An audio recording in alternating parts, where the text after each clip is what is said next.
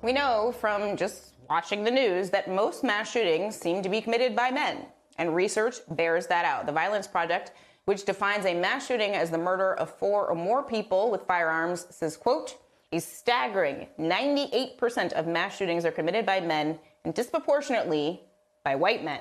But one notable trend over the years has been how white mass shooters are often explained away as mentally ill or a lone gunman. And as Dr. Steven Thrasher pointed out on Twitter over the weekend, when a white mass shooter is in his teens, like the 18-year-old Buffalo suspect, they are called teenagers. While black men, including those who are victims, like Michael Brown, are called an 18-year-old black man. The Associated Press, which published those 2 articles, later tweeted a correction to make clear that the Buffalo suspect is an adult. Joining us now is Mara Schiavon-Campo, a journalist and host of the Run Tell This podcast. Also, Dr. Steven Thrasher, professor at Northwestern's Medill School of Journalism, and author of the book coming out in August, The Viral Underclass, The Human Toll When Inequality and Disease Collide. So Dr. Thrasher, the AP corrected his reference to the Buffalo shooter as a teenager. Grateful to them for that. But there is a wider trend here of presenting black people, even when they're the victims of gun violence, as older than white people of the same age, essentially adultifying them. Lay all of this out for us. Certainly. I had seen a tweet from a colleague of mine pointing out that he was being called a teenager when he was in fact a man. And so that made me think to go back to Ferguson and see how did the Associated Press describe Michael Brown. I was a journalist at the time for The Guardian. I traveled to Ferguson. I was there the first week and was there. I've actually been going back to St. Louis a few times a year ever since then.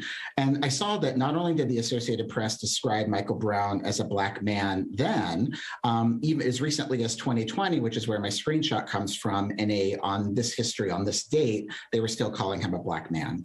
So that made me think about both, as you started to say, the sociological ways that social science has quite clearly shown that white police officers, even black police officers and society in general, tend to adultify black boys and black men, make them seem older than they are. Same thing happens with black women. Research is quite clear on that. And in my own reporting, I've certainly seen with non-binary, gender non-conforming, and trans youth that happens all the time as well. There's also perceived issues around size. All kinds of people will see black men and think that they're bigger than they are and that white men are smaller than they are. So this made me think back to the way that this had played out with Michael Brown. And when I first landed in Ferguson, my charge from one of the editors I worked with was to find a new angle on the story. And one of the first things that I did was realize that this was a child of the community. Michael Brown had laid out on the pavement for 4 hours. The people who saw him as a peer, as a colleague, as a cousin, as a child, as a grandchild. Everyone saw this with horror. And one of the reasons the narrative turned out differently was we were not just relying upon a police report saying, quote unquote thug or violent criminal. We were actually getting firsthand accounts of people who knew and loved him. And I wrote my first column there about a family of 5 boys. I think at the time they were ages 3 to 16. And I asked them what it was like to see this friend of theirs and someone they knew in the community die. And they really talked about him as a child. He had just finished high school. He hadn't started college yet. So that made me really think about the ways that we so often will adultify these Black children who are victims of crime and make them seem like they're adults. And then the opposite really happened in the case with the shooter, that they are infantilized. And one of my colleagues really explains well how killing Black people, harming Black people is part of the ways that whiteness comes into being. And part of the way that whiteness comes into being is enacting this kind of violence, but also whiteness comes into being as performing a kind of innocence. So I think that's why we see them described as kids, because this has to be seen as innocence in a way to work with whiteness. And Mara, one of the other things that happens is a focus on, maybe today people are talking about gun safety reforms. That's fine. Maybe people are talking about needs for resources and mental health. That's fine. But also the phrasing like lone gunman, lone wolf. It feels to me like Black victims are dehumanized while we work extra hard to humanize the killers who are white in these cases. I mean, speak to the ways in which we do that, and we may not even notice that we're doing it at the time. Yeah, well, first, if I can just give a nod to my fellow panelists and how nice it is to hear that they actually looked for members of the community to humanize Michael Brown in that instance, because so often what we'll see is this smear campaign of these victims, which is bringing up events from their past, essentially dirt from their past, that almost justifies why they deserve their fate. You know, he was an addict, he was a criminal, he was a thug. So it really does take a concerted effort to portray them in a light that is not that. But when we talk about the view of these white gunmen as lone wolves, what that does is it separates them from the bigger problem. Of course, gun control is an issue. Of course, mental health is an issue. But the big problem here is white supremacist domestic terrorism. And oftentimes, these shooters will be described as a solo actor, even though they have referenced previous white supremacist shooters in their manifestos.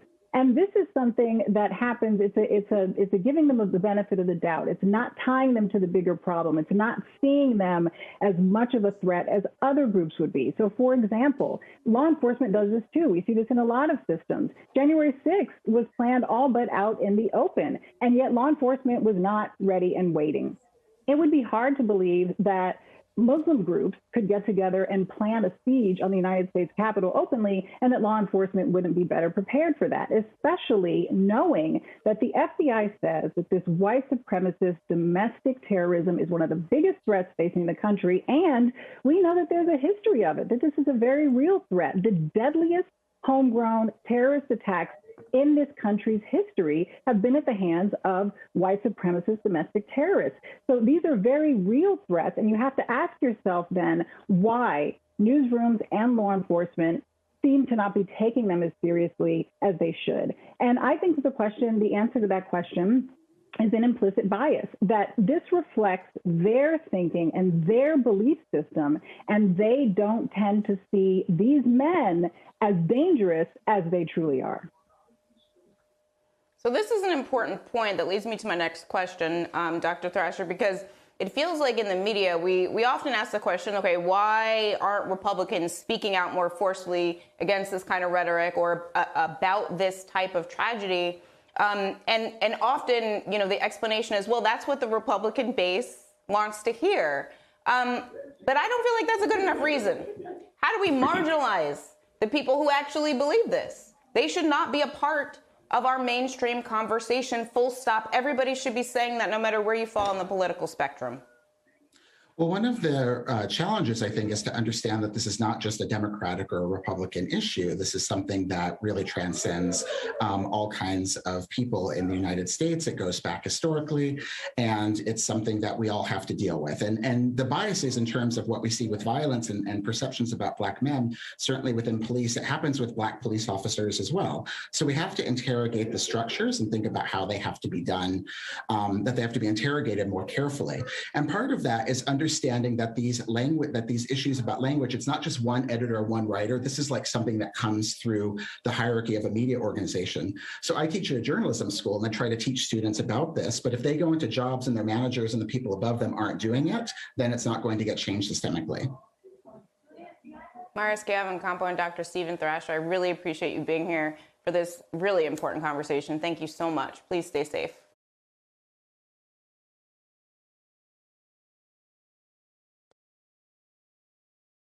Hi, I'm Zerlina Maxwell. Thanks for checking out our channel on YouTube.